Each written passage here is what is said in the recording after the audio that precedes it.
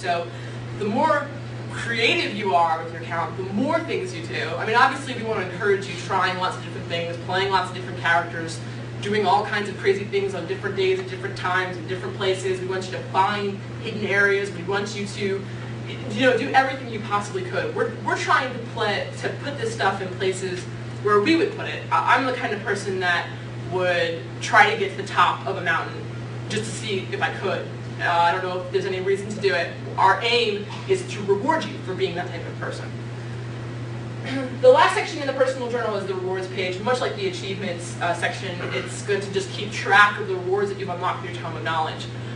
You will get, like I said before, in some sections you will get information and history and satisfaction of checking off those little boxes and you'll get XP, but you're also going to get real, tangible rewards.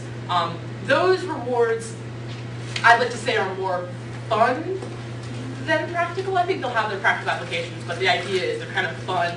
And again, they go in line with what you're doing. We try to make the tome suit your style of play. So if you're the type of person that only does RVR, you're going to get RVR tome unlocks. If you're the type of person that only does PvE, you're going to get PvE unlocks. If you're the person that does both, you're going to get all kinds of stuff. So the second section is the compendium. Unlike the personal journal, which tracks your personal progress, the compendium really tracks the type of things that you've encountered. One of the sections in the compendium is the bestiary. This is a really rough old mock-up that we were using with the smaller tome, but picture it bigger and more beautiful. As an example, right here, you'll see this is a page for a snotling. It has a picture, it has a little brief blurb about what a snotling is, has the total number of snotlings that you've killed, and then as you play through the game, you get maybe a reward in discovery, you'll get 1 at 10 kills, you get 1 at 50 kills. As you play through, these things will reveal. So they won't all be apparent at start, you won't necessarily know what it is. You'll have 1 or 2 in advance that you haven't unlocked yet, but so it does provide kind of it's like a passive quest for you. It provides an incentive to do something. You don't have to do it, but if you do it, you could get something really cool. Like the bestiary, another section that we have in the compendium is called the Noteworthy Individual section. Instead of tracking monsters that you've fought, this tracks individuals that you've met.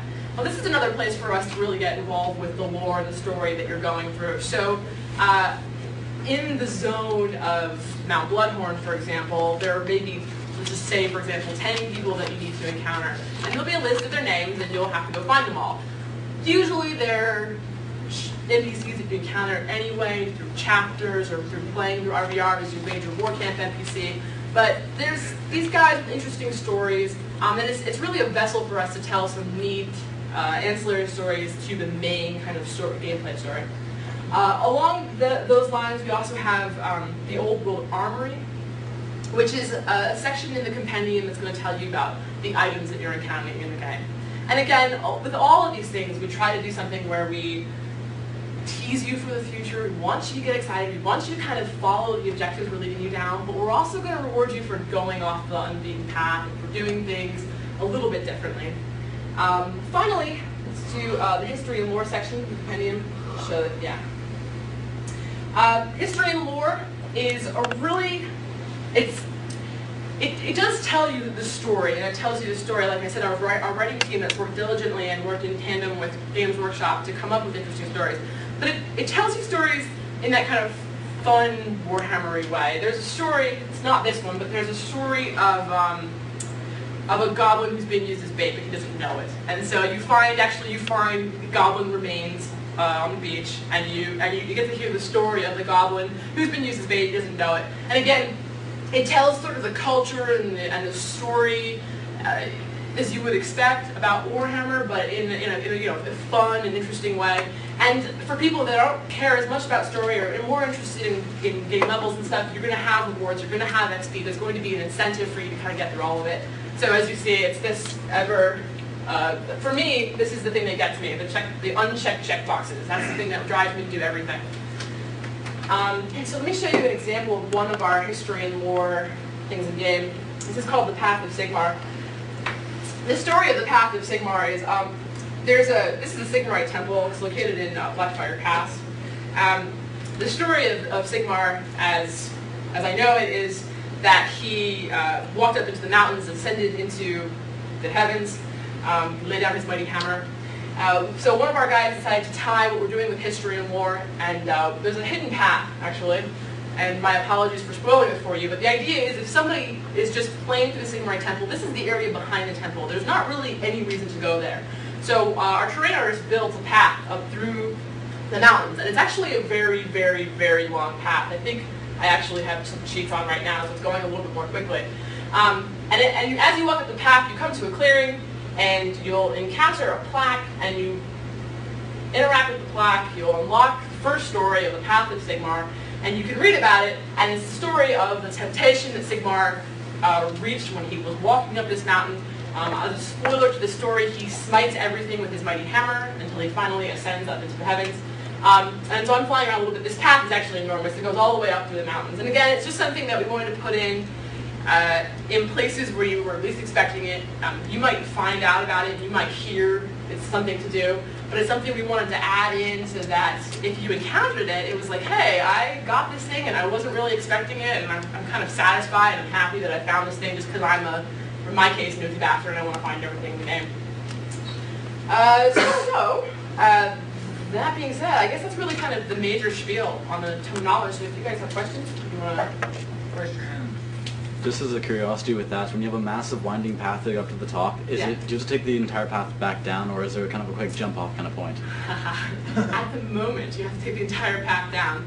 There are multiple, there's 5 unlocks along the way, so we built it up so that you actually get quite a bit of XP for doing that path.